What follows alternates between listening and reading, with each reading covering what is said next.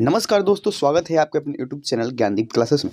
तो दोस्तों आज हम लाए हैं बिहार बोर्ड इंटरमीडिएट परीक्षा 2026 क्लास 12 के बच्चों का बायोलॉजी का एमसीक्यू। जी हाँ दोस्तों, आज हमारा होने वाला है चैप्टर नंबर 3 मानव प्रजनन। इसमें हम जानेंगे वही क्वेश्चन को जो परीक्षा का पॉइंट ऑफ व्यू से काफ़ी ज़्यादा महत्वपूर्ण है और बार बार एग्जाम में पूछा जाता है। तो चलिए दोस्तों, बिना टाइम गवाए शुरू करते हैं आज की क्लास को। तब तक जितने भी दोस्त हमारे चैनल को लाइक और सब्सक्राइब नहीं किए हैं, कृपया चैनल को लाइक और सब्सक्राइब करके बेल आइकन को प्रेस कर ले, ताकि ऐसा वीडियो आप तक सबसे पहले पहुंच सके। तो चलो दोस्तों शुरू करते हैं क्लास को। दोस्तों आज का हमारा चैप्टर नंबर 3 मानव प्रजनन का फर्स्ट क्वेश्चन होने वाला है। अंडो सर्ग के पश्चात अंडाणु किस कोशिका से घिरा होता है? दोस्तों आपको बताना है जो अंडो सर्ग के पश्चात अंडाणु किस कोशिका से समूह से घिरा होता है। देखिए क्वेश्चन 2024 के फाइनल में पूछा गया है दोस्तों।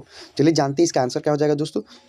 फर्स्ट नंबर में दिया गया है और ये किरीट या कोरोना रेडिएटा।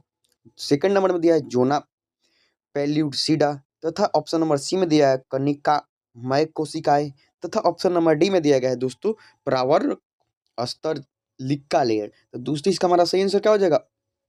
अंड के पश्चात अंडाणु और ये किरीट कोशिका समूह से घिरा होता है दोस्तों। आगे बढ़ते हैं क्वेश्चन नंबर 2 की तरफ दोस्तों। निम्नलिखित में से कौन कोशिका अनुगणित है? दोस्तों आपको बताना है कि कौन सी कोशिका जो है अनुगणित है। अंडजनिनी, प्राथमिक अंडक, द्वितीयक अंडक तथा युग्मनज। तो दोस्तों ये हमारा सही आंसर क्या हो जाए? द्वितीय अंडक जो होता है ये कोशिका गुणित होता है दोस्तों, कोशिका गुणित होता है। देखिए ये भी क्वेश्चन 2024 के फाइनल में पूछा गया है दोस्तों। आगे बढ़ते हैं क्वेश्चन नंबर 3 की तरफ।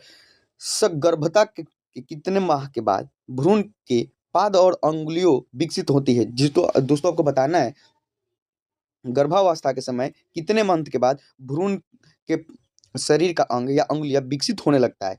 दोस्तों 2 महीने बाद, 3 महीने बाद, 1 मंथ बाद तथा 6 महीने बाद। तो दोस्तों ऑप्शन नंबर क्या हो जाएगा? ऑप्शन नंबर ए 2 महीने बाद गर्भावस्था के समय शिशु का बॉडी पार्ट बनना शुरू हो जाता है। चलो दोस्तों आगे बढ़ते हैं क्वेश्चन नंबर 4 की तरफ। क्वेश्चन नंबर 4 में दिया गया है दोस्तों, निम्नलिखित में से कौन भारी मात्रा में प्रोजेस्टेरॉन स्रावित करता है? दोस्तों आपको बताना है कि कौन सा ग्रंथि होता है जो भारी मात्रा में प्रोजेस्टेरॉन स्रावित करता है।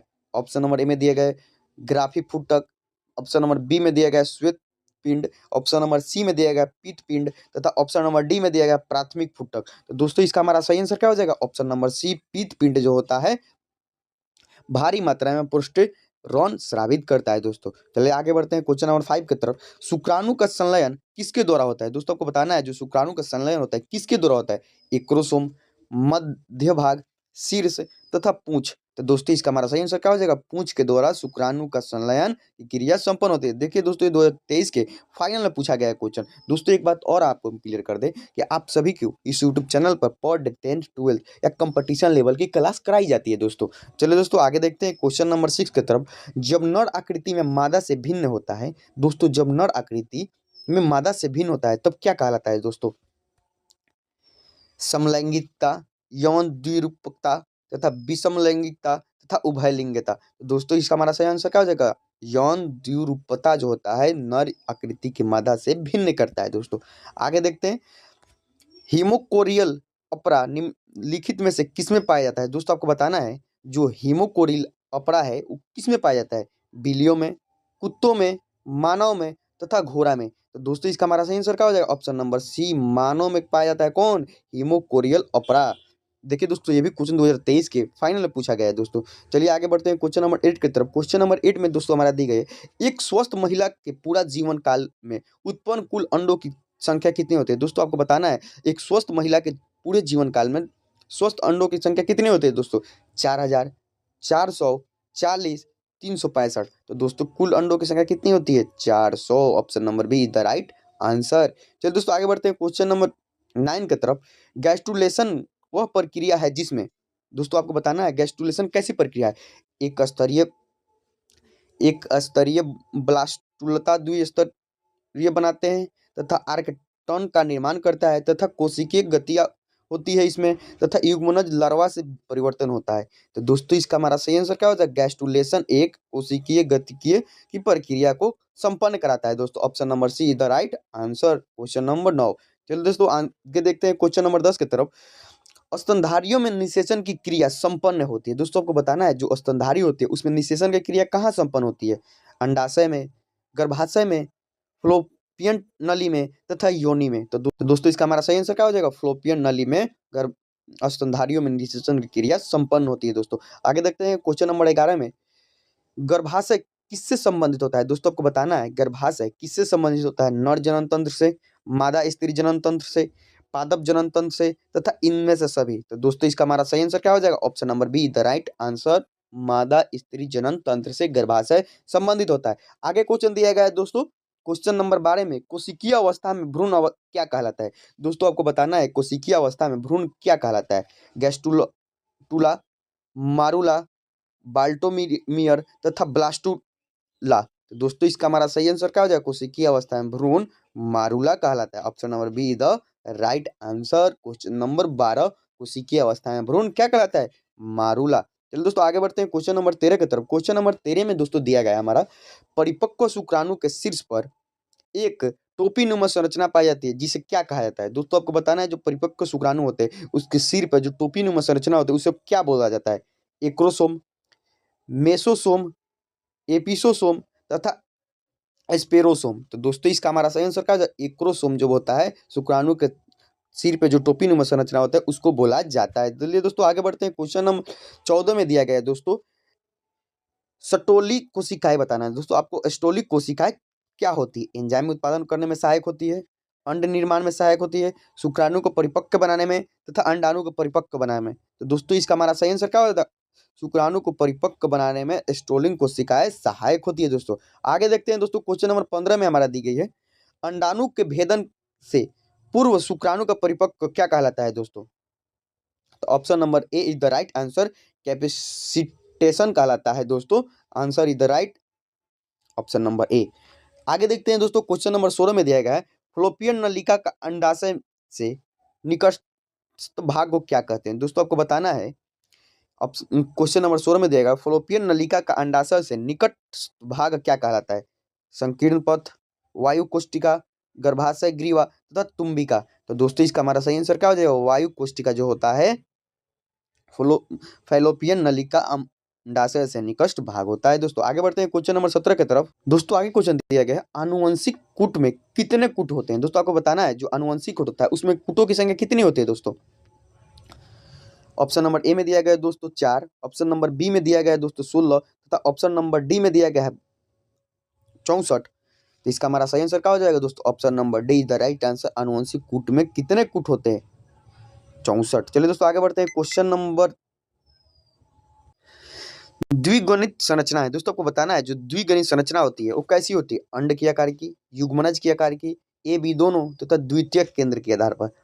तो दोस्तों हमारा सही आंसर क्या हो जाएगा? द्वितीय गुणित जो संरचना होती है युग्मनज के आधार पर होती है। देखिए दोस्तों 2015 में पूछा गया, 2017 में आपको 100% एक क्वेश्चन आपके एग्जाम में आएगा ही आएगा दोस्तों। ये बहुत VVI क्वेश्चन है, आप इसको नोट कर लीजिएगा अपने नोटबुक में। चलिए दोस्तों आगे बढ़ते हैं क्वेश्चन नंबर 19 में, जिब्रेलिन है। दोस्तों आपको बताना है जिब्रेलिन क्या है? हार्मोन है, तना में वृद्धि मंदक है तथा वृद्धि एंजाइम है तथा इनमें से कोई नहीं। तो दोस्तों क्या है? जिब्रेलिन एक हार्मोन है। चलिए दोस्तों आगे देखते हैं क्वेश्चन नंबर 20 में, इनमें से कौन नर युग्म से संयोजन करके भ्रूण पोष बनाता है? दोस्तों आपको बताना है क्वेश्चन नंबर 20 में कि कौन जो है नर युग्म से संयोग करके भ्रूण पोष का निर्माण करता है? निषेचित अंड के, सहायक कोशिका, एंटीपोल्डस तथा द्वितीयक केंद्र। तो दोस्तों इसका हमारा सही आंसर क्या हो जाएगा? ऑप्शन नंबर डी, द्वितीयक केंद्र जो होता है नर युग्म से संयोग करके भ्रूण पोष बनाता है दोस्तों। आगे देखते हैं दोस्तों क्वेश्चन नंबर 21 में हमारा दी गई है, मादा मानव के अंडाशय से अंडों का निकलना क्या कहलाता है? दोस्तों आपको बताना है मादा मानव के अंडों से अंडों का निकलना क्या कहलाता है? रोपण, गर्भधारण, अंडोत्सर्ग तथा प्रवस। तो दोस्तों इसका हमारा सही आंसर क्या हो जाएगा? अंडोत्सर्ग जो कहलाता है मादा मानव के अंडाशय से अंडों का निकलना। चलिए दोस्तों आगे देखते हैं क्वेश्चन नंबर 22 में हमारा दी गई है, आगे दिया गया है क्वेश्चन नंबर 22 में दोस्तों, लैंडिंग कोशिकाएं पाई जाती है। दोस्तों आपको बताना है जो लैंडिंग कोशिकाएं होती है कहाँ पाई जाती है? यकृत में, वृषण के शुक्र जनक नलिकाओं में, वृक्क में तथा आंत में। तो दोस्तों इसका हमारा सही आंसर क्या है? Option number be the right answer, वृषण के शुक्र जनक नलिकाओं में लैंडिंग कोशिकाएं पाई जाती है। चलिए दोस्तों आगे बढ़ते हैं क्वेश्चन नंबर 23 में दिया गया है, मानव में निषेचन होता है। दोस्तों आपको बताना है कि मानव में निषेचन कहाँ होता है? गर्भाशय में, योनि में, अंडाशय में तथा फैलोपियन नली में। तो दोस्तों इसका हमारा सही आंसर क्या हो जाएगा? Option number D the right answer. Fallopian नलिका में मानव में निषेचन की क्रिया संपन्न होती है। दोस्तों आगे दिया गया है किस हार्मोन के द्वारा अंडोत्सर्जन नियंत्रण होता है। दोस्तों आपको बताना है कौन सा हार्मोन के द्वारा अंडोत्सर्जन का नियंत्रण होता है। आगे दिया गया क्वेश्चन टी एस एच द्वारा, ए सी टी एच द्वारा, एडीएच द्वारा तथा एफ एस तथा एल एच द्वारा। तो दोस्तों इसका हमारा सही आंसर क्या हो जाएगा? एफ एस एच या एन एल एच के द्वारा जो अंडोत्सर्जन पर नियंत्रण पाया जाता है। दोस्तों आगे देखते हैं क्वेश्चन नंबर 25 में दोस्तों हमारा दी गई है सार्टेली कोशिकाएं पाई जाती है। दोस्तों को बताना है जो सार्टेली कोशिकाएं होती है वो कहाँ पाई जाती है? यकृत में, वृषणों में, अंडाशय में तथा अग्नाशय ग्रंथि में। तो दोस्तों इसका हमारा सही आंसर क्या हो जाएगा? सर्टोसली कोशिकाएं जो होता है वो वृषण में पाया जाता है। देखिए दोस्तों ये 2017 में पूछा गया, फिर 2017 में पूछा गया और 2021 में पूछा गया। दोस्तों आपको एक बात और हम क्लियर कर दें, हम वही क्वेश्चन करेंगे जो परीक्षा का पॉइंट ऑफ व्यू से काफ़ी ज़्यादा महत्वपूर्ण है और बार बार एग्जाम में देखने को मिलता है। तो चलो दोस्तों आगे बढ़ते हैं। क्वेश्चन नंबर 26 में हमारा दी गई है मानव मादा में गर्भकाल होता है। दोस्तों आपको बताना है जो मानव मादा है उसमें गर्भकाल कितने दिन का होता है? दोस्तों 30 दिन का, 90 दिन का, 9 माह का तथा 7 माह का। तो दोस्तों इसका हमारा सही आंसर क्या हो जाएगा? Option number see the right answer 9 माह का मानव मादा में गर्भकाल होता है। चलो दोस्तों आगे बढ़ते हैं। क्वेश्चन नंबर 27 में दिया गया है कोरक की गुहा क्या कहलाती है? जो दोस्तों कोरक होता है उसकी गुहा को क्या बोलते हैं हम लोग? ब्लास्टोसील, सिलोम, आर्केंट्रॉन तथा हीमोसील। तो दोस्तों इसका हमारा सही आंसर क्या हो जाएगा? ऑप्शन नंबर बी सिलोलोम कहलाता है कोरक की गुहा को। चलो दोस्तों आगे बढ़ते हैं क्वेश्चन नंबर 28 की तरफ। दोस्तों आगे क्वेश्चन दिया गया है क्वेश्चन नंबर 28 में हमारा स्तनपायी जीवों में नर हार्मोन की उत्पत्ति कहाँ होती है? दोस्तों बताना है आपको क्वेश्चन नंबर 28 में स्तनपायी जो जीव होते हैं उसमें नर हार्मोन की उत्पत्ति कहाँ होती है? दोस्तों लीवर में, अंडकोश में, किडनी में तथा फेफड़ा में। तो दोस्तों इसका हमारा राइट आंसर क्या हो जाएगा? अंडकोश में स्तनपायी जीवों में नर हार्मोन की उत्पत्ति होती है। Option number be the right answer. चलिए दोस्तों आगे बढ़ते हैं। क्वेश्चन नंबर 29 में हमारा दी गई है नर जनन कोशिकाएं शुक्राणु उत्पन्न करती है। दोस्तों को बताना है जो नर जनन कोशिकाएं होती है वो शुक्राणु कहाँ उत्पन्न करती है? शुक्राणु जनन द्वारा, एस्मेटिरस द्वारा, एस्मेएशन द्वारा तथा इनमें से कोई नहीं। तो दोस्तों इसका हमारा सही आंसर क्या हो जाएगा? शुक्राणु जनन कोशिका द्वारा नर जनन कोशिका शुक्राणु को उत्पन्न करती है। Option number is the right answer. चलिए दोस्तों आगे बढ़ते हैं। क्वेश्चन नंबर 30 में हमारा दी गई है एंड्रोजन्स किससे उद्दीपित करता है? दोस्तों को बताना है जो एंड्रोजन्स होते हैं वो किसे उद्दीपित करता है? ऑप्शन नंबर ए में दिया गया है दोस्तों शरीर से, सिर से, पूंछ से तथा शुक्राणु जनन से। तो दोस्तों इसका हमारा सही आंसर क्या हो जाएगा? Option number D is the right answer.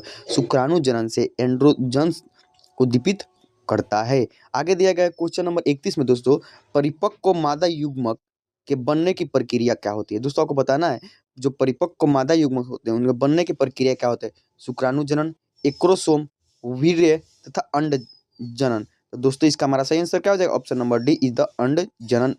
चलिए दोस्तों आगे बढ़ते हैं। क्वेश्चन नंबर 32 में हमारा दी गई है यौनापरारंभ के समय प्रथम आवर्त चक्र क्या कहलाता है? चलिए दोस्तों जानते हैं इसका आंसर अंडाणु, शुक्राणु तथा रंजोदर्शन तथा आवर्त। दोस्तों इसका हमारा सही आंसर क्या हो जाएगा? रजोदर्शन कहलाता है यौनापरारंभ के समय प्रथम आवर्त चक्र को। चलो दोस्तों आगे देखते हैं। क्वेश्चन नंबर 33 में हमारा दी गई है ग्राफियन फॉलिकल पाए जाते हैं। दोस्तों आपको बताना है जो ग्राफियन फॉलिकल होता है वो कहाँ पाए जाते हैं? मानव के थायराइड में, मादा मानव के अंडाशय में तथा मेढक के अंडाशय में तथा खरगोश के वृषण में। तो दोस्तों इसका हमारा सही आंसर क्या हो जाएगा? मादा मानव के अंडाशय में ग्राफियन फॉलिकल पाए जाते हैं। चलिए दोस्तों आगे बढ़ते हैं। क्वेश्चन नंबर 34 में हमारा दी गई है प्रोस्टोजेन हार्मोन का स्रावन कहाँ होता है? दोस्तों आपको बताना है जो प्रोस्टोजेन हार्मोन होता है उसका स्रावन कहाँ से होता है? कॉर्पस कोलोसम से, कॉर्पस यूटेरी से तथा कॉर्पस ल्यूटियम से तथा कॉर्पस एलिकेन से। तो दोस्तों इसका हमारा सही आंसर क्या हो जाए? Option number see the right answer. Corpus luteum से प्रोस्टोजेन हार्मोन का स्रावन होता है। दोस्तों आगे दिया गया है क्वेश्चन नंबर 35 में गर्भाशय के भीतरी स्तर क्या कहलाता है? दोस्तों जो गर्भाशय होता है उसके भीतरी स्तर को क्या कहा जाता है? मायोमेट्रियम, एड्रियोमेट्रियम, जनन एपिथीलियम तथा जनरल एपिथीलियम। तो दोस्तों इसका हमारा सही आंसर क्या होगा? एंडोमेट्रियम कहलाता है। कौन? गर्भाशय के भीतरी स्तर को। Option number be the right answer. चलिए दोस्तों आगे देखते हैं, क्वेश्चन नंबर 36 में दिया गया है, अंडो उत्सर्जन की क्रिया किसके प्रभाव से होती है। दोस्तों आपको बताना है जो अंडो उत्सर्जन की क्रिया होती है वो किसके प्रभाव से होता है, LH hormone, FSH hormone, oestrogen तथा प्रोस्टेजेन हार्मोन के कारण। तो दोस्तों इसका हमारा सही आंसर क्या हो जाएगा, option number A is the right answer. LH hormone के द्वारा एस्ट्रोजन की क्रिया प्रारंभ होती है। चलो दोस्तों आगे देखते हैं, क्वेश्चन नंबर 37 में हमारा दी गई है, गैमीट निर्माण को क्या कहते हैं। दोस्तों जब गैमीट का निर्माण होता है उस क्रिया को क्या बोलते हैं हम लोग, गैमीटोजेनेसिस, साइटोकाइनेसिस, एस्पोजेनेसिस तथा मियोसाइट। तो दोस्तों इसका हमारा सही आंसर क्या हो जाएगा, option number A is the right answer. Gametogenesis जो होता है गैमीट निर्माण की क्रिया को कहते हैं। आगे दिया गया क्वेश्चन नंबर 38 में दोस्तों, पूर्ण विकसित जंतु में सभी संरचनाएं विकसित होती है। दोस्तों को बताना है जो पूर्ण विकसित जंतु में सभी संरचनाएं विकसित होती है कहाँ पे, पेशीय तंत्र में, तंत्र के द्वारा, तंत्रिका तंत्र के द्वारा, परिसंचरण तंत्र के द्वारा तथा जनन स्तरों के द्वारा। तो दोस्तों इसका हमारा राइट आंसर क्या हो जाएगा, जनन स्तरों के द्वारा पूर्ण विकसित जंतुओं में सभी संरचनाएं विकसित होती है। दोस्तों आगे क्वेश्चन दिया गया क्वेश्चन नंबर 39 में हमारा, स्तनपायी जीवों में भ्रूण की एलेक्ट्रॉन्स किसमें सहायता करती है। दोस्तों को बताना है स्तनपायी जो जीव होते हैं उसमें भ्रूण की इलेक्ट्रॉन्स किसमें सहायता करती है, श्वसन क्रिया में, उत्सर्जन की क्रिया में, सुरक्षा में तथा पोषण में। तो दोस्तों इसका हमारा राइट आंसर क्या हो जाएगा, option number D the right answer. पोषण में स्तनपायी जीवों में भ्रूण को एस्ट्रोलन में सहायता करता है। दोस्तों कौन करता है, पोषण करता है। आगे दिया गया क्वेश्चन नंबर 40 में दोस्तों, ग्राफियन फुट्टिका पाई जाती है। दोस्तों आपको बताना है जो ग्राफियन फुट्टिका पाई जाती है वो कहाँ पाई जाती है, स्तनियों के वृषण में, मेढक के अंडाशय में, तिलचट्टा के अंडाशय में तथा स्तनियों के अंडाशय में। तो दोस्तों इसका हमारा सही आंसर क्या हो जाएगा, स्तनियों के अंडाशय में क्या पाया जाता है, ग्राफियन फुट्टिका पाई जाती है। दोस्तों आगे दिया गया क्वेश्चन नंबर 41 में दोस्तों, जनन अंग विकसित होते हैं भ्रूणीय। दोस्तों आपको बताना है जो जनन अंग विकसित होते हैं वो भ्रूणीय होते हैं कहाँ पे, एक एक्टोडर्म में, एंडोडर्म से तथा मिसोडर्म से तथा ए और सी दोनों से। तो दोस्तों इसका हमारा सही आंसर क्या हो जाएगा, मिसोडर्म से जनन अंग विकसित होते हैं। चलिए क्वेश्चन दिया गया है 42 नंबर में, किस जनन परत से रक्त तथा परिवहन तंत्र का उद्भव होता है, एक्टोडर्म, मिजोडर्म, एंडोडर्म तथा इनमें से कोई नहीं। तो दोस्तों इसका हमारा सही आंसर क्या हो जाएगा, मिजोडर्म से जनन परत में रक्त तथा परिवहन तंत्र का उद्भव होता है। चलिए दोस्तों आगे देखते हैं, क्वेश्चन नंबर 43 में दी गई फर्टिलाइजिन प्रोटीन पाए जाते हैं। दोस्तों को बताना है जो फर्टिलाइजिन प्रोटीन होता है वो कहाँ पाए जाते हैं, अंडाणुओं के स्तर पर, सतह पर, शुक्राणुओं की सतह पर तथा अंडाणुओं के भीतर तथा शुक्राणुओं के भीतर। तो दोस्तों इसका हमारा सही आंसर क्या हो जाएगा, शुक्राणुओं की सतह पर क्या पाया जाता है, फर्टिलाइजिन प्रोटीन पाया जाता है। चलो दोस्तों आगे देखते हैं, क्वेश्चन नंबर 44 में हमारा दी गई है दोस्तों, कॉर्पस ल्यूटियम के द्वारा स्रावित होने वाला हार्मोन क्या है। दोस्तों आपको बताना है जो कॉर्पस ल्यूटियम के द्वारा कौन सा हार्मोन स्रावित होता है, एलएच, एफएच, प्रोस्टेजेन तथा एस्ट्रोजेन। तो दोस्तों इसका हमारा सही आंसर क्या हो जाएगा, कॉर्पस ल्यूटियस के द्वारा प्रोस्टेजेन हार्मोन स्रावित होता है। दोस्तों आगे देखते हैं क्वेश्चन नंबर 45, निम्नलिखित में से कौन द्विगुणित गुणित संरचना है। दोस्तों आपको बताना है कौन सी संरचना है जो द्विगुणित संरचना होता है, शुक्राणु, अंडाणु, युग्मनज तथा भ्रूणपोष। तो दोस्तों इसका हमारा सही आंसर क्या हो जाएगा, option number C is the right answer. युग्मनज जो होता है द्विगुणित संरचना होती है दोस्तों। तो दोस्तों ये रहा हमारा चैप्टर नंबर 3 मानव प्रजनन का टॉप एमसीक्यू क्वेश्चन जो आपके साथ हमने साझा किया। ऐसे ही क्वेश्चन को सबसे पहले पाने के लिए या ऐसे ही वीडियो को सबसे पहले पाने के लिए हमारे चैनल को लाइक और सब्सक्राइब करें। धन्यवाद, मिलते हैं नेक्स्ट वीडियो में। जय हिंद, जय भारत।